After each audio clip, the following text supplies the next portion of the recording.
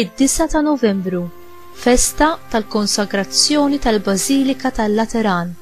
Qari mill-Evanġelju ta' San Ġwan, kapitlu 2, versi minn 13 sa 22.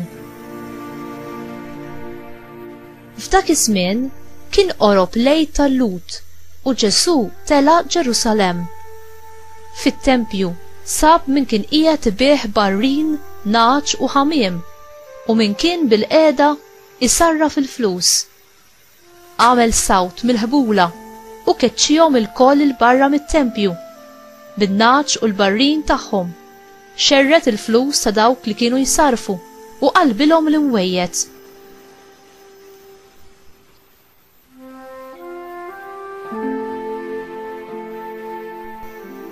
U lil-bejjija tal-ħamiem qalilhom warbu dawn minn hawn u dar missieri tagħmluhiex dar tan-negozju.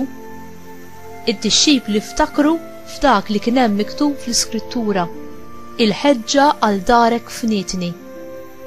Imbagħad il-Lut qabdu qalulu, x'sinjal se turina li inti tista' tagħmel dan?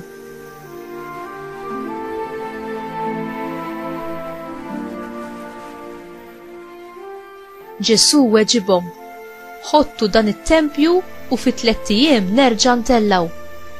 Għalhekk il-Lut qalulu, dan it-tempju ħa 46 sena biex inbena u int se ttellaw fi 3 ijiem?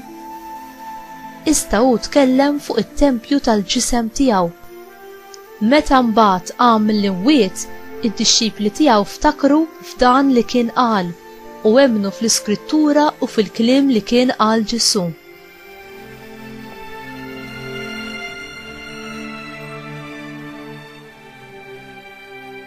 Il-kelma tal-mulej tifħil lilek Kristu.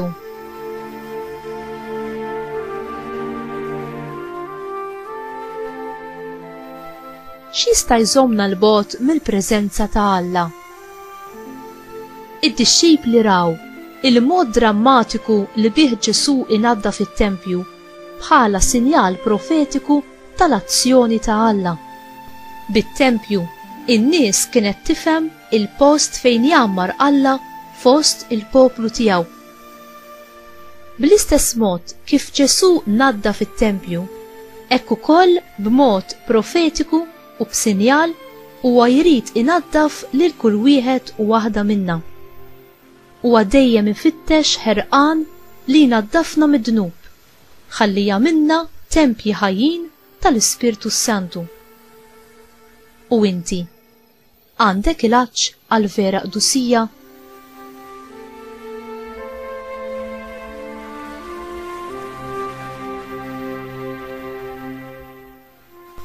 Ġesu jirreferi għat-tempju bħala d-dar ta' missieru li huma kienu għamluha kif insibu fiż-żewġ Evanġeli jew id-dar tan-negozju jew inkella id-dar tal-ħallelin. Kienet għal din ir-raġuni li hu uża forza fiżika biex qalbilhom saħansitra l-imwejjed fejn kienu qed isarfu l-flus. Id-dixxipli ta' Ġesu f'dak il-mument ftakru x'hemm miktub fil-ktieb tas-Salmi, il-ħeġġa għal darek fnietni. Din kienet mefhuma bħala profezija messjanika.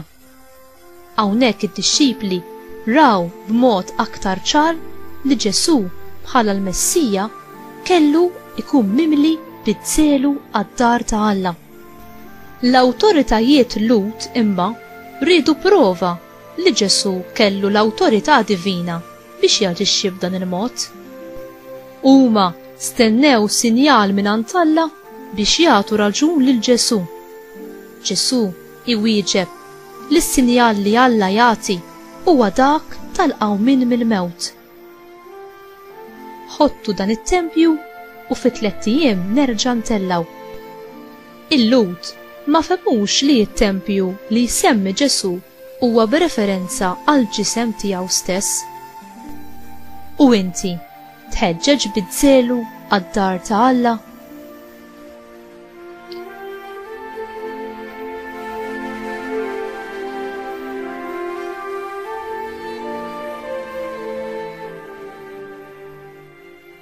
Mulej Ġesu, inti tiftaħ beraħ il-bib tad-dar ta' Alla missierek, ħalli tistedinna biex b'kunfidenza nidħlu u naduraw fl-ispirtu u fil-verità.